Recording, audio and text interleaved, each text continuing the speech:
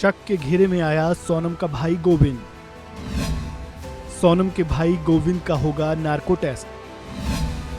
गोविंद ने narco test पर क्या दिया बयान। वो गोविंद जो राजा रघुवंशी की मां को गले लगाकर फूट फूट कर रोया था, वो गोविंद रघुवंशी जिसने ये तक कहा था कि उसने और उसके परिवार वालों ने सोनम से सारे रिश्ते तोड़ लिए हैं। मीडिया रिपोर्ट्स हैं कि उसी सोनम रघुवंशी के भाई गोविंद पर राजा के परिवार वालों को शक हो चला है। शक इस बात का है कि गोविंद कहीं ना कहीं कुछ तो छिपा रहा है। पुख्ता तो नहीं है, लेकिन हवाएं इस तरफ बह रही हैं कि गोविंद रघुवंशी का भी अब नार्को टेस्ट कराया जाएगा, क्योंकि इसके लिए राजा के परिवार वालों ने मांग उठाई है। मामला इतना बड़ा हो चुका है कि नार्को टेस्ट वाली बात जंगल में फैले आग की तरह गोविंद तक जा पहुंची, जिसके बाद गोविंद ने क्या कुछ कहा, सुनते हैं। हमने लगभग जितनी इस बात में सत्यता थी लगभग हमने कंप्लीट बताई है, मीडिया को भी बताई है और उन लोगों को भी बताई है। और इसके अलावा भी अगर उन्हें शक है हम पे तो वो जांच करवा सकते हैं। हम बिल्कुल उस जांच के लिए भी हम खुद आगे रह के आने को तैयार है।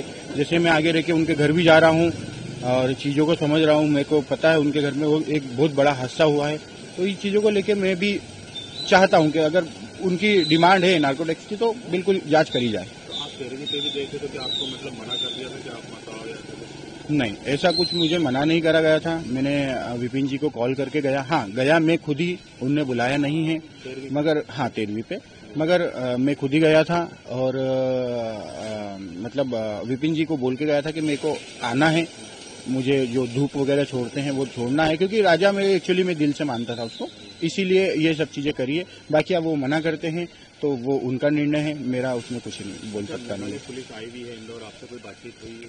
नहीं, अभी तक तो कोई बातचीत नहीं हुई है। मुझे पता चला है कल के मेघालय पुलिस आई हुई है इंदौर, बाकी उसका बाद में आइडिया नहीं।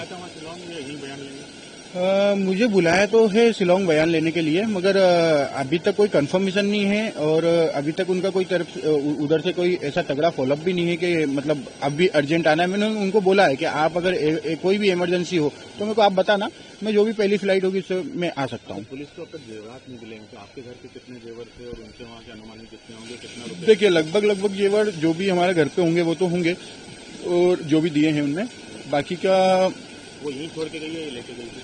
कुछ जेवर लेके गई है, जैसे वो पेंडिल जो पुलिस को मिला हुआ है और भी कुछ है, जैसे कान के, नाक के, ऐसे कुछ भी हैं, तो वो शायद वो लेके गई है। बाकी के जेवर तो हमारी कस्टडी में है।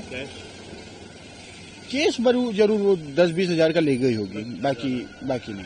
अच्छा, लैपटॉप और मोबाइल वगैरह कुछ? मोबाइल जरूर 2 वो लेके गई है, उसके साथ 2 मोबाइल है, एक ऑफिस मोबाइल है और एक पर्सनल था उसका, 2 मोबाइल लेके गई। लैपटॉप वगैरह या कोई और कीमती चीज?